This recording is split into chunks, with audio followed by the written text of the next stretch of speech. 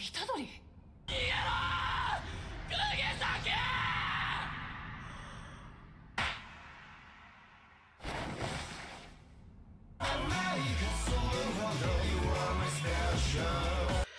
everyone, I'm going to react to Jujutsu Kaisen, episode 43, Right and Wrong, part 2.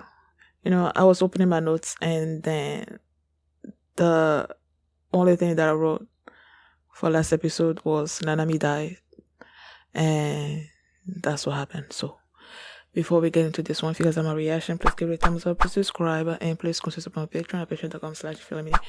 And now let's start this episode, and here we go. I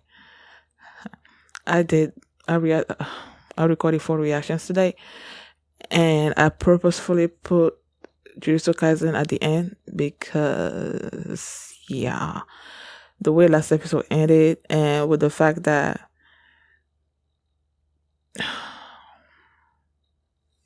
Nobara was also facing Mahito somewhere over there, and just Yuji's mental state is like,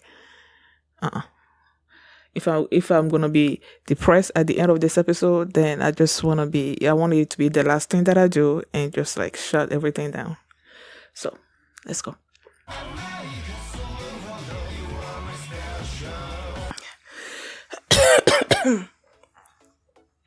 No.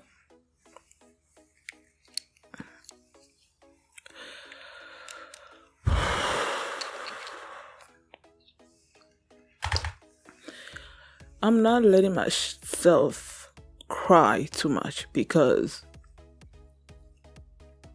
in the back of my mind, I'm thinking she's not dead. Unless they absolutely confirm it in the next episode or something, I'm not believing she's dead. First, because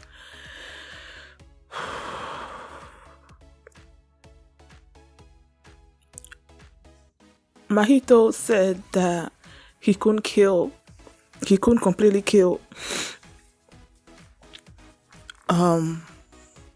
Nanami. And he wondered if he would work on Nobara. And then you see him touch Nobara, and even though her last words were, "Tell everyone that was not so bad," and then you see the side of her face, I felt like she sort of exploded on, I don't know, but when you compare the way Nanami died, like his whole body, at least the upper torso, just and exploded. That wasn't it when it came to Nobara. So her body is still mostly intact compared to how Nanami died. That's why I'm trying to hold on and think that she's not dead.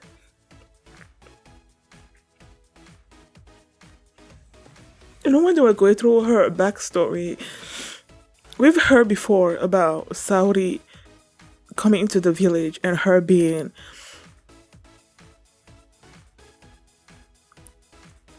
close to her. Nobara being close to her and everything.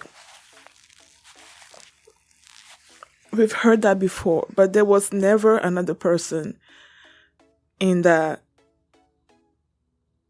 those flashbacks. It was only just her and Saori.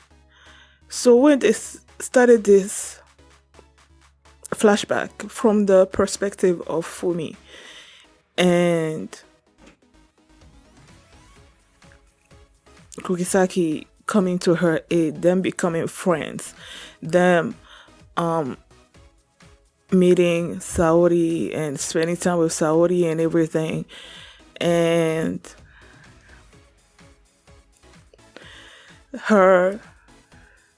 them growing up, Kugisaki leaving the village, her staying behind, and that one scene when she was getting on was it the bus or the train? I don't know. And you see Fumi there, and she didn't have a mouth. you know. So I don't know, there were these moments in those flashbacks that I'm thinking, okay, is did Kukisaki develop some kind of split personality type thing where Fumi is another side of her, and when Mahito did his thing, that it would kill just the like the Fumi part of her, but she's still gonna be okay. But then they showed Saori thinking about how she met these two girls and everything. So there was another girl. So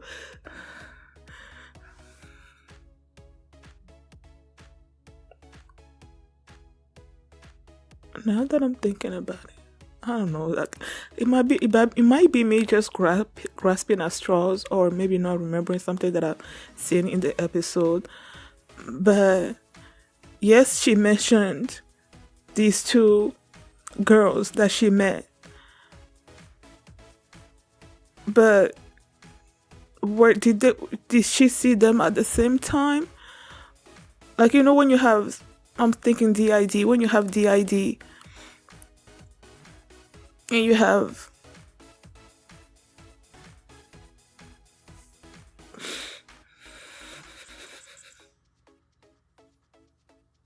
I feel I'm just grasping at straws. You know how they say that the sorcerers you have to be a little crazy to become a Jujutsu sorcerer. So I'm thinking maybe she has mental issues where she's developed this double personality, and both personalities were friends with Saori, but it's like the Kukizaki version that was most closer. Maybe when if it was double personality type stuff, maybe Fumi was Kokisagi dressing up as Fumi and going to visit Saori, but then she should know if there were. I don't know. I'm trying to keep hope alive for myself so that I can keep believing that she's not dead. Yuji, man.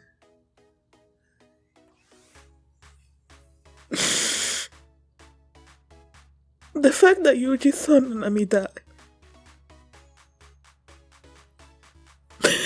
and he was facing Mahito, and you had Nobara facing the copy, and I was asking myself whether they were like exact copies, but it wasn't. The one facing Nobara can't alter humans, he can just alter himself. So I'm thinking, okay, that's good. And then she used resonance on him, and it affected the one with Yuji. And I'm thinking, okay, it gave Yuji a chance to launch a counter attack on Mahito.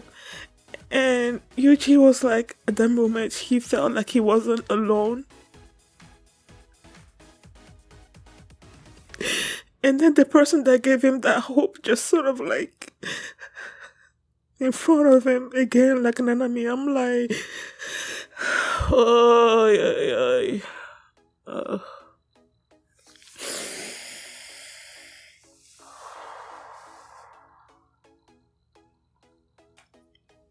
When Obara gave him the chance to counterattack, I was thinking, okay, I had hope that they were gonna be able to defeat him, but of course, it wasn't gonna be that easy. When Nobara figured out that the copy couldn't do the things that the original one could, and then the copy was like, I'm gonna run away, and he started running, and I'm like, girl, don't go after him. And then I was thinking that the copy was gonna go rejoin, basically fuse back with the original. That's what I was thinking until I I saw them running toward each other, and I'm thinking, oh my gosh. They went past each other. And of course, Nobara's not. It's gonna take her a second to figure out that this is the original coming toward her to defend against him, but she didn't have the time.